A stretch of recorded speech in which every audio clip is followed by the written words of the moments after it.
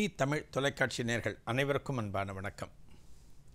எத்திக்கும் தித்திக்கும் முருகா நிகழ்ச்சியில் முருகப்பெருமானை பற்றி நம்ம தொடர்ந்து பல நாட்களாக பார்த்து கொண்டு வருகிறோம். இந்த நிகழ்ச்சியில் பார்த்திங்கன்னா முருகப்பெருமானை மையப்படுத்தி முருகப்பெருமான் அருளுகின்ற ஆலயங்கள், முருகப்பெருமான் நிகழ்த்திய அருள் நிகழ்வுகள், முருகப்பெருமானது அடியார்கள் வாழ்க்கையில் எப்படியெல்லாம் மாற்றங்களை நடத்தி அந்த அடியார்களை தனது பக்தி வளையத்துக்குள்ளே முருகப்பெருமான் வைத்து கொண்டிருந்தான், இதெல்லாம் நம்ம நிறைய பார்த்துட்டு வரோம். எத்தனையோ ஆலயங்கள் தமிழகத்தில் முருகப்பெருமானுக்கென்று காணப்படுகின்றன. அதே போல் எத்தனையோ அடியார்கள், நூற்றுக்கணக்கான அடியார்களா, ஆயிரக்கணக்கான அடியார்களா, லட்சக்கணக்கான அடியார்களா நம்மால் சொல்ல முடியாது. நமக்கு தெரிந்த தகவல்களை விட நமக்கு தெரியாத தகவல்கள் தான் நிறைய இருக்குது. அப்படின்னா இன்னும் நம்ம தெரிஞ்சிக்க வேண்டியது நிறைய இருக்குன்னு அர்த்தம். முருகப்பெருமானது அருள் பெற்ற அடியார்கள் பல பேரை நம்ம இந்த நிகழ்ச்சியில் பார்த்துருக்கோம். நக்கீரரில் ஆரம்பித்து பாம்பன் சுவாமிகள், அருணகிரிநாதர், வண்ணச்சரவம் தண்டபாணி சுவாமிகள், நிறைய மகான்களை பார்த்துருக்கோம். இவர்களில் ஒரு முக்கியமான மகான் தான் ராமலிங்க அடிகளார் என்கிற வள்ளலார். இவர் ரொம்ப முக்கியமானவர். முருகப்பெருமான் பக்தி அப்படின்னு சொன்னோம் அப்படின்னா இந்த ராமலிங்க அடிகளாரை நம்ம விட்டுவிட முடியாது. இந்த ராமலிங்க அடிகளார் என்று சொல்லப்படக்கூடிய வள்ளலார் அப்படின்னு சொன்ன உடனே நமக்கு நினைவுக்கு வரக்கூடியது வடலூர். வடலூரில் அன்னதான சாலை ஆரம்பித்து எந்த நேரமும் அந்த அடுப்பானது எரிந்து கொண்டே இருக்கும். அங்கே வரக்கூடிய அன்பர்களுக்கு பசிப்பினிய போக்கினவர் வள்ளலார். நம்ம அத்தனை பேருக்குமே தெரியும். ஒரு தைப்பூச தினத்தில் வடலூரில் குவியக்கூடிய பக்தர்களின் எண்ணிக்கை அப்படிங்கிறது பல லட்சம். இந்த வள்ளலார் எங்கே பிறந்தார்னா சிதம்பரத்திற்கு பக்கத்தில் மருதூர் அப்படிங்கிற கிராமத்தில் பிறந்தார். இவருடைய ஆரம்ப நாட்களில் முருகப்பெருமான் இவரை ஆட்கொண்டார். முருகப்பெருமான் ஆட்கொண்டு இவரை பாட வைத்தார். அதாவது மருதூரில் பிறந்தார்னு சொன்னேன். இவருடைய தகப்பனார் கொஞ்ச நாளில் இறந்துட்டார். அம்மாவோட இவருடைய சகோதரரோட வாழ்ந்து கொண்டு வந்தார். அந்த சமயத்தில் குடும்பத்தில் வறுமையானது எட்டி பார்த்தது. ஒரு கிராமத்தில் இருக்கின்ற போது ஒரு வறுமை அப்படின்னா என்ன பண்ணுவாங்க தெரியுமா? நகரத்திற்கு இடம் பெயர்ந்து விடுவார்கள். ஏன்னா ஒரு நகரத்துக்கு போயாச்சுன்னா ஏதானு நமக்கு பொழப்பு கிடைக்கும், ஏதானு வேலை கிடைக்கும், அதை வச்சு நமது காலத்தை பார்த்து கொள்ளலாம் அப்படிங்கிற எண்ணத்தில் பெரும்பாலும் கிராமத்தில் இருக்கக்கூடியவர்கள் நகரத்திற்கு இடம்பெயர்ந்து விடுவார்கள். அதுபோல் மருதூரில் இருந்து வள்ளலார் அவர்களுடைய குடும்பமானது சென்னைக்கு இடம்பெயர்ந்தது. இந்த சென்னைக்கு வந்தவுடனே வள்ளலாருடைய மூத்த சகோதரர் அவர் என்ன பண்ணுறார், தனது தம்பியை படிக்க வைக்கணுங்கிறதுக்காக ஒரு பள்ளிக்கூடத்தில் சேர்த்து விடுகிறார். அந்த காலத்தில் பள்ளிக்கூடம் அப்படின்னா திண்ணை பள்ளிக்கூடம் தான், திண்ணை பள்ளிக்கூடம். அந்த பள்ளிக்கூடத்தில் ஒரு ஆசிரியரிடம் பாடம் பயில்வதற்காக சேர்த்து விடுகிறார். வள்ளலார் சுவாமிகளுக்கு ஆசிரியராக இருந்தவர் பெயர் சபாபதி முதலியார் அப்படின்னு பேர். பெரிய ஸ்காலர் இவர். இவர்கிட்ட எத்தனையோ மிகப்பெரிய அன்பர்கள் பாடம் கற்றிருக்கிறார்கள். எத்தனையோ மிகப்பெரிய தமிழ் புலவர்களை இந்த சபாபதி முதலியார் அவர்கள் உருவாக்கி இருக்கிறார்கள். அந்த அளவுக்கு புகழ் பெற்றவர். அவர்கிட்ட தான் பாடம் படிக்கிறாராம் ராமலிங்க அடிகளை. ஒரு ஆசிரியரிடம் ஒரு மாணவன் பாடம் பயில்கிற போது எப்படி இருக்கணும்? ஆசிரியர் கேட்கறதுக்கெல்லாம் பதில் சொல்லணும். அவர் பாடம் நடத்துகிறப்ப ரொம்ப கண்ணும் கருத்துமாக நம்ம கவனிக்கணும். இதெல்லாம் ரொம்ப முக்கியம். ஏன்னா ஒரு ஆசிரியர் சொல்லிக் கொடுக்குறார் அப்படின்னா அந்த நேரத்தில் ஒரு மாணவன் கொஞ்சம் அசிரத்தையாக இருந்தாலுமே அது ஆசிரியரோட கவனத்தை திசை திருப்பிவிடும். அதனால் ஆசிரியர் என்ன எதிர்பார்ப்பார்னா எல்லா பசங்களும் கவனிக்கணும், எல்லா பசங்களும் பாடத்தை நன்னா எழுதணும், அப்படி தான் ஆசைப்படுவார். அப்படி தான் சபாபதி முதலியாரும் ஆசைப்பட்டார். ஆனால் பாருங்கள், இந்த வகுப்பில் பாடம் பயிலக்கூடிய மாணவர்களில் இந்த ராமலிங்கம் இருக்கார் இல்லையா, ரொம்ப ரொம்ப ரொம்ப புவர்.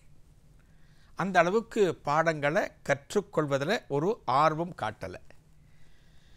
நீங்கள் பல மகான்களது சரிதத்தை பார்த்தீங்கன்னா படிப்பு அப்படிங்கிறது ஏறாது, ஆனால் இறைபக்தி இருக்குது பார்த்தீங்களா, அது அவர்களை கப்புன்னு பிடிச்சிடும். ஏன்னா ஒவ்வொருத்தருடைய பிறப்பின் நோக்கத்தை நம்மால் அறிய முடியாது. ஒவ்வொருவருடைய வாழ்க்கையும் எப்படி அமைய வேண்டும் என்று எழுதப்பட்டிருக்கிறது நம்ம யாருக்கும் தெரியாது. ராமலிங்கத்தை தனது தம்பியை பள்ளிக்கூடத்துக்கு அனுப்பினர். நல்லா படிப்பான், நல்லா படித்து மேலே வரட்டும், குடும்பம் கஷ்டப்படுது, இந்த பையன் நல்லா படிக்கட்டும்னு அவருடைய அண்ணன் அனுப்பிச்சிருக்கார். ஆனால் இங்கே பாடத்தில் ஆர்வம் போகலை.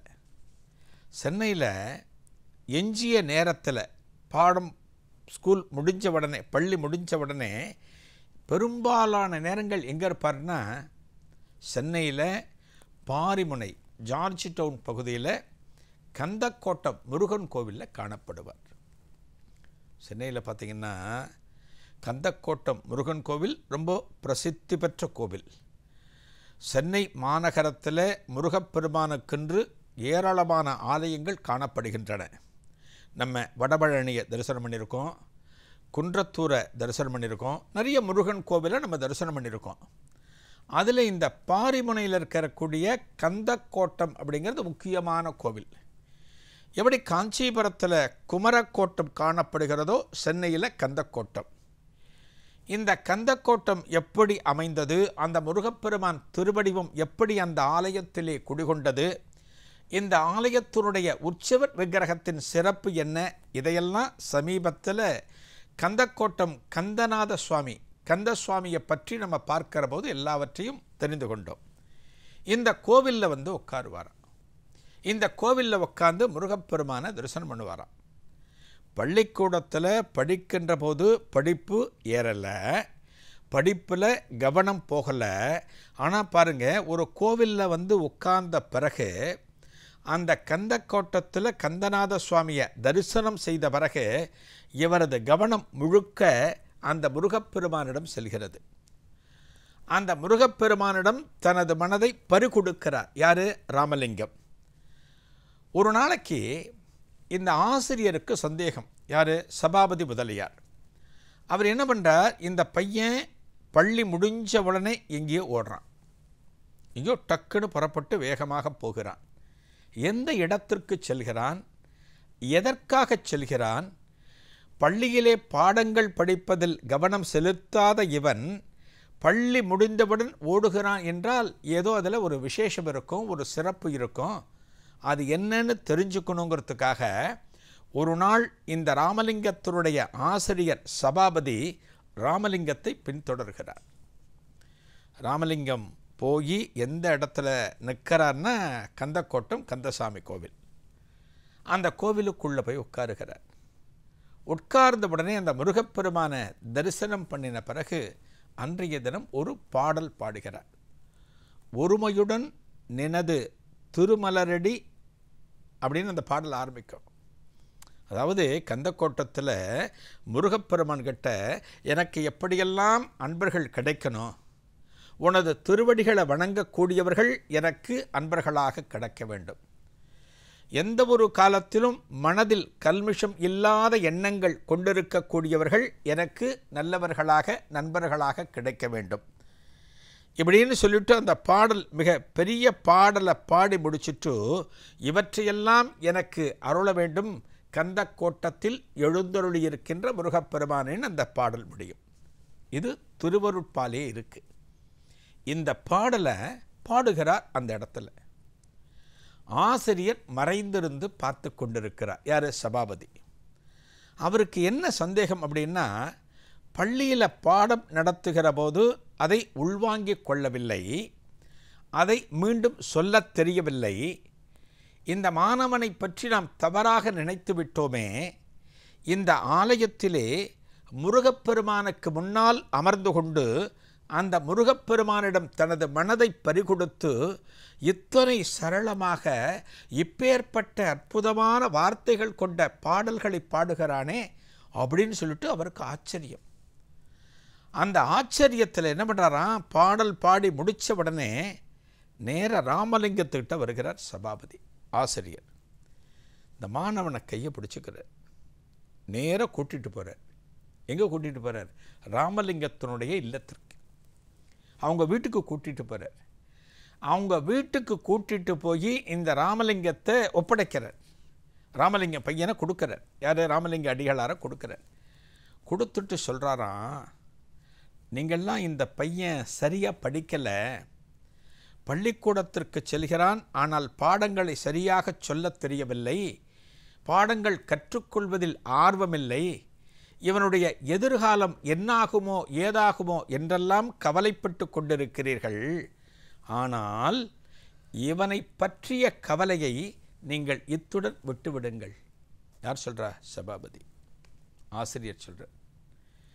அவர் சொல்லிட்டு சொல்கிறார், ஏதோ இவனுக்கு நான் தான் பாடம் எடுத்து கொண்டிருக்கிறேன் அப்படின்னு நான் நினச்சிட்டு இருந்தேன். இன்னைக்கு கந்தசாமி கோவிலில் அந்த கந்த கோட்டத்தில் இந்த ராமலிங்கம் பாடின பாடலை கேட்டவுடனே, அதனது பொருள் அனைத்தும் புரிந்தவுடனே, இனிமேல் இவனுக்கு நான் பாடம் எடுக்க முடியாது, அந்த அளவுக்கு தகுதி எனக்கு இல்லை, இனிமேல் இவனிடம் நான் கற்றுக்கொள்ள வேண்டிய பாடங்கள் தான் அதிகம் இருக்கின்றன, அதனால் இந்த பையனை உங்கள் வீட்டில் வச்சுக்குங்க, இனிமேல் எங்கிட்ட பாடத்துக்கு அனுப்பாதீங்க, நான் தான் இவங்கிட்ட பாடங்களை கற்றுக்கொள்ளணும் அப்படின்னு சொல்லிட்டு அந்த ராமலிங்கத்தை வீட்டில் ஒப்படைக்கிறார். ராமலிங்கத்திற்கு அப்போது வயது என்ன தெரியுமா? 9 வயது. இறைவன் எந்த வேளையில் ஆட்கொள்வான், எப்படி ஆட்கொள்வான், தனது இன்னொருளை எப்படி வழங்குவான், யாரும் சொல்ல முடியாது. சீர்காழியிலே திருக்குளத்திலே 3 வயதாக இருக்கின்ற போது திருஞான சம்பந்தருக்கு ஞானம் கிடைத்தது. அதனால் சம்பந்தர் என்கிறவர் திருஞான சம்பந்தர், ஞான சம்பந்தர் என்றெல்லாம் அழைக்கப்பட்டார். அதே போல் ஆதிசங்கரரை பார்த்தோம் அப்படின்னா சிறு வயதாக இருக்கின்ற போதே அந்த இறைவனுடைய பரிபூர்ணமான அனுக்கிரகம் கிடைத்தது.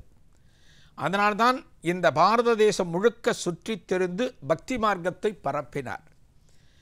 இந்த ராமலிங்கத்திற்கு 9 வயதாக இருக்கின்ற போதே இறைவனது பரிபூர்ணமான அருள் கிடைத்து அந்த முருகப்பெருமானை பற்றி பாடத் துவங்கினார். இந்த முருகப்பெருமானை பற்றி நிறைய பாடியிருக்கார். தெய்வ மணிமாலை, கந்தர் சரணப்பத்து, இதெல்லாம் அதில் முக்கியமானது. பிற்காலத்தில் திருவருட்பான்னு ஒரு பெரிய தொகுதியை எழுதினார். பிற்காலத்தில் பல தர்ம காரியங்களை செஞ்சார். பிற்காலத்தில் சமூக சேவையில் தன்னை பெரும்பகுதி ஈடுபடுத்தி கொண்டார். எத்தனையோ சித்து திறமைகளை நடத்தினார் இந்த ராமலிங்க அடிகளார். அப்படின்னா அதற்கு ஆரம்ப காலத்தில் அவருடைய 9 வயதாக இருக்கின்ற போது முருகப்பெருமானுடைய பரிபூர்ணமான அனுக்கிரகம் கிடைத்தது தான் அவரது வாழ்க்கையிலே மிக முக்கியமான பகுதி. அதனால் இந்த ராமலிங்க அடிகளாரை பற்றி நம்ம தெரிஞ்சுக்கணும் அப்படின்னா கந்தசாமி கோவில், கந்தக்கோட்டம், சென்னை பாரிமுனை, அவருக்கு தான் அத்தனை ஞானத்தை அந்த முருகப்பெருமான் வழங்கினார். அப்பேற்பட்ட அற்புதமான முருகப்பெருமான் கந்தக்கோட்டத்தில் அமைந்திருக்கக்கூடிய கந்தசாமி பெருமான். நாளைய எத்திக்கும் தித்திக்கும் முருகா நிகழ்ச்சியில் ஒரு புதிய அனுபவத்தை காணலாம். நன்றி, வணக்கம்.